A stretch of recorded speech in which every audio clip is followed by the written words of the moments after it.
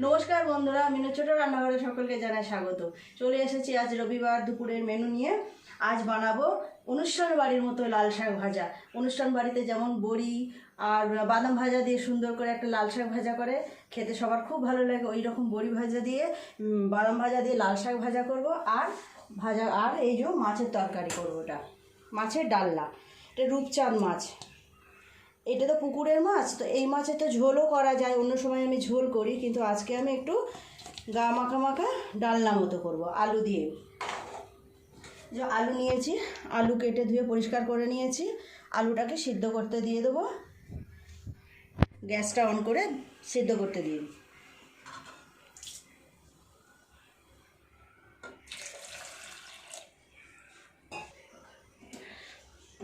আলুটা এদিকে সিদ্ধ হোক, এই সময় আমি লাল শাকটা আগে করে নেব। একটা সিটি দেব।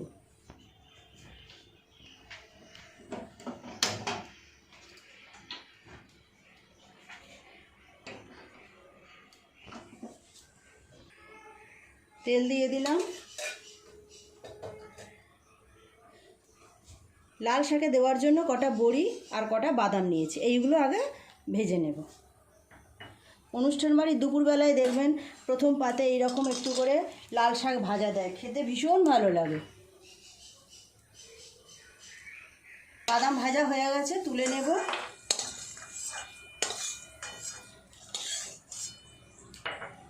বড়িগুলোও ভেজে নেব।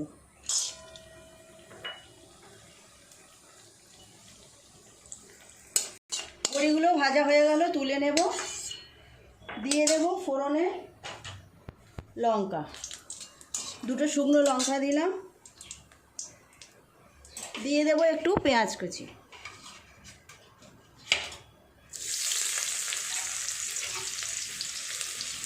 পেঁয়াজটা লাল লাল করে ভাজা হয়ে গেলে শাকগুলো দিয়ে দেবো।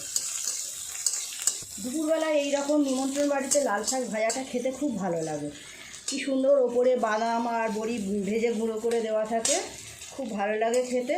আরও বেশি ভালো লাগে ভাতটা যখন মাখানো হয়ে যায় শাকটা দিয়ে, এত সুন্দর লাল লাল দেখতে হয়, খুব ভালো লাগে। লঙ্কা পেঁয়াজ সুন্দর করে ভাজা হয়ে গেছে, এর উপরে দিয়ে দেবো লাল শাক। এতটা শাক একটু পরেই দেখবেন কমে একদম একটুখানি হয়ে গেছে।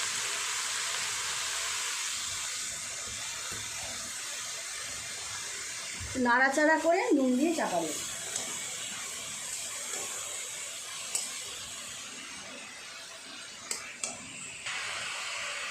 এক চামচ পরিমাণ নুন দিয়ে দেব। নুন দিয়ে দেবো স্বাদ মতো, যা দিয়ে একটু নাড়াচাড়া করে চাপা দিয়ে দেবো। এটা ততক্ষণ সিদ্ধ হোক, শাকটা ততক্ষণ সিদ্ধ হোক। আমি মাছের তরকারির জন্য একটা পেস্ট বানিয়ে নেব। আদা, কিছুটা রসুন, কিছুটা পেঁয়াজ আমি কুচিয়ে নিয়েছি, আর কিছুটা পেঁয়াজ আমি পেস্ট করে নেব। আর দেবো একটা টমেটো। অল্প একটু জল দিয়ে সুন্দর একটা পেস্ট বানিয়ে নেব।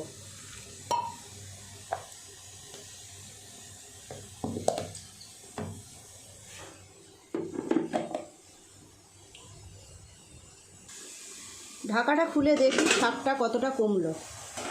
দেখুন কতটা শাক কমে কত হয়ে গেছে। এবার নাড়াচাড়া করে সুন্দর করে শাকটাকে ভাজা করে নেব। আমি কিন্তু একটুও জল দিইনি, দেখলেন তো শাকের মধ্যে যে জল ছিল সেই জল বেরিয়েই এত কমে গেছে, সিদ্ধও হয়ে গেছে। দিয়ে দেবো একটু চিনি। এই শাক ভাজাটা একটু মিষ্টি মিষ্টি খেতে ভালো লাগবে। দিয়ে দেব 2 চামচ মতো চিনি। এইভাবে সুন্দর করে নেড়ে নেড়ে শাকটা ভাজা করে নেব।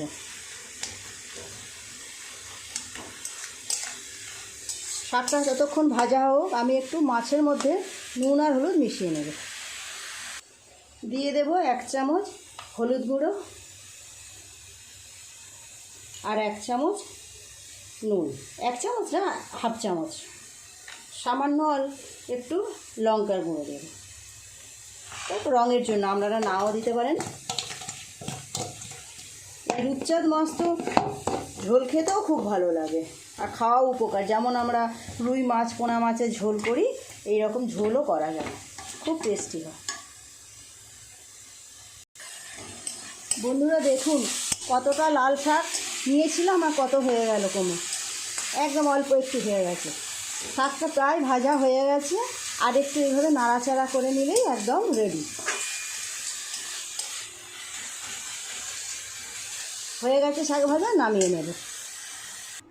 বন্ধুরা দেখুন লাল শাক ভাজা তো আমার হয়ে গেল। ওপর থেকে বড়িগুলো একটু ভেঙে দিয়ে দেব, বড়ি আর বাদাম এইভাবে গুঁড়ো গুঁড়ো করে দিয়ে দেব।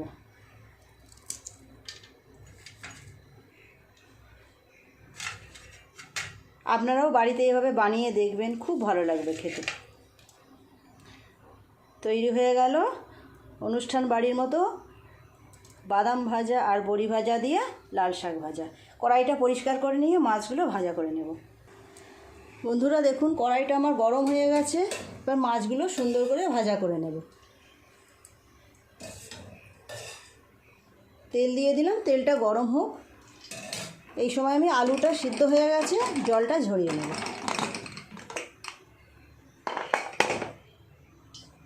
একটাই সিটি দিয়েছি।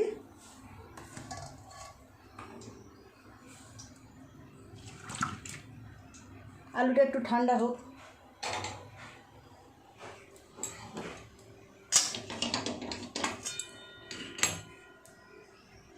তেল গরম হয়ে গেল, মাছগুলো দিয়ে ভেজে নেব।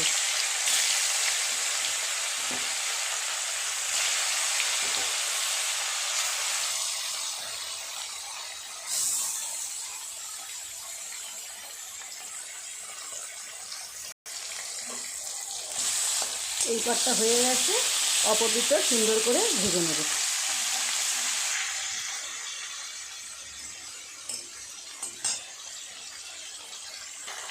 মাছগুলো সুন্দর ভাজা হয়ে গেছে, আমি তুলে নেব মাছগুলো।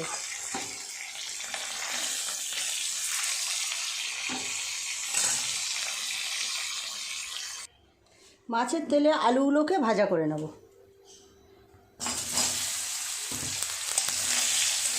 অল্প একটু হলুদ গুঁড়ো দিয়ে দেব, হলুদ গুঁড়ো, একটু নুন দিয়ে দেব। আলুটা একটু লাল লাল করে ভাজা করে তুলে নেব।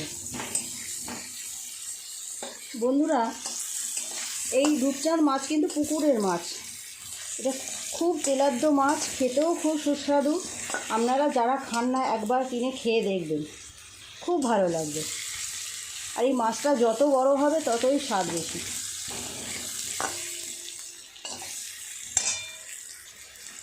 আলুগুলো তো ভাজা হয়ে গেল, দেখুন এরকম লাল লাল করে ভাজা করে নিয়েছি, এগুলোকে সব তুলে নেব। আলুগুলো ভাজা হয়ে গেছে, আর একটু তেল দিয়ে দেব, অল্প একটু দিয়ে দেব। 2-4টে চিনি, এটা কালারের জন্য, পুরোপুরি অপশনাল, আপনারা নাও দিতে পারেন। ফোড়নের জন্য দেবো একটা তেজপাতা, একটা শুকনো লঙ্কা আর অল্প একটু গোটা জিরে।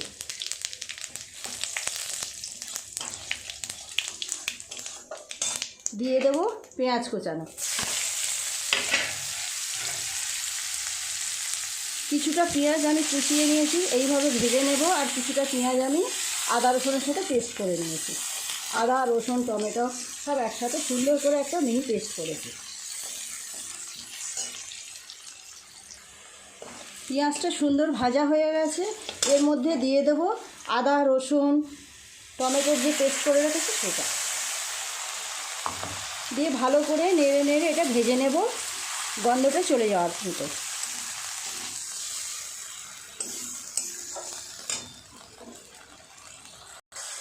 বন্ধুরা দেখুন পেঁয়াজ আদা রসুন টমেটো খুব সুন্দর করে ভাজা হয়ে গেছে। এবার এক এক করে সমস্ত মশলাগুলো দিয়ে দেব। 1 চামচ পরিমাণ হলুদ গুঁড়ো, 1 চামচ পরিমাণ লঙ্কা গুঁড়ো, ঝালটা আপনারা আপনাদের স্বাদ অনুসারে দেবেন। দিয়ে দেব 1 চামচ নুন, 1/2 চামচ ধনে আর জিরের গুঁড়ো। খুব ভালো করে মিশিয়ে নেব। অল্প একটু জল দেব, এই যে জার ধোয়া জলটা দিলাম অল্প একটু দিয়ে আর একটু সুন্দর করে কষিয়ে নেব। দিয়ে দেব ঘরে তৈরি করে রাখা মশলা। এই মশলাটা আমি ঘরেই তৈরি করে রেখেছি, কিছু গোটা মশলা, একটু ধনে জিরে একসাথে গুঁড়ো করে, একটু শুকনো লঙ্কাও নিয়েছি। এই মশলাটা যে কোনো রান্নায় দিলে খুব সুন্দর স্বাদ হয়। বন্ধুরা দেখুন মশলাটা আমার কষানো হয়ে গেছে, চার ধার থেকে তেল ছেড়ে দিয়েছে। যে কোনো রান্নার মশলা খুব ভালোভাবে কষাতে হয়, না হলে রান্নার স্বাদ আসে না। দিয়ে দেব ভেজে রাখা আলু। আলুর সাথে মশলাটা আবারও ভালো করে কষিয়ে নেব।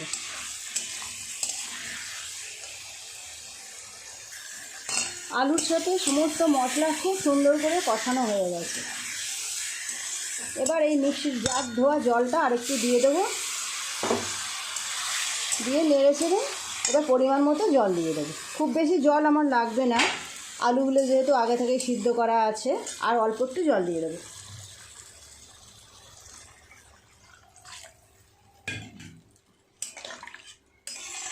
ঝোলটা একটু ফুটে গেলে মাছ দিয়ে দেব।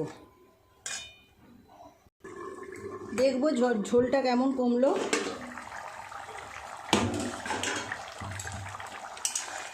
টকবক করে ফুটছে। এবার মাছগুলো দিয়ে দেব। মাছগুলো দিয়ে আর একটু ফুটিয়ে নেব, নিলে হয়ে যাবে। আর চাপা দেব না, এইভাবেই আর একটু ফুটুক। দেখুন ঝোলটা অনেকটাই কমে গেছে, এবার নামিয়ে নেব। ভালোই লাগছে বলুন দেখতে। নামিয়ে নেব।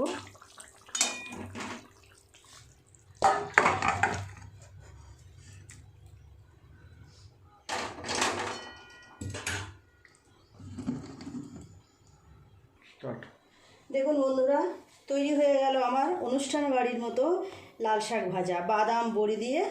খুব সুন্দর দেখতে হয়েছে, খেতেও ভালো হবে। আর এইটা রূপচাঁদ মাছের ডালনা, রঙটাও যেমন হয়েছে গন্ধটাও তেমন বেরোচ্ছে। তো বন্ধুরা প্লিজ বন্ধুরা রেসিপিটা কেমন হয়েছে, রেসিপি দুটো আমাকে অবশ্যই কমেন্ট করে জানাবেন। ভালো লাগলে একটা লাইক করে দেবেন। আমার চ্যানেলটি সাবস্ক্রাইব করে পাশে বেল ঘন্টিটা ক্লিক করে দেবেন, তাহলে আমি নতুন কোনো ভিডিও আপলোড করলে সাথে সাথে তা আপনার নোটিফিকেশনে পৌঁছে যাবে। সবাই খুব ভালো থাকবেন, দেখা হচ্ছে নতুন কোনো ভিডিওর সাথে। নমস্কার।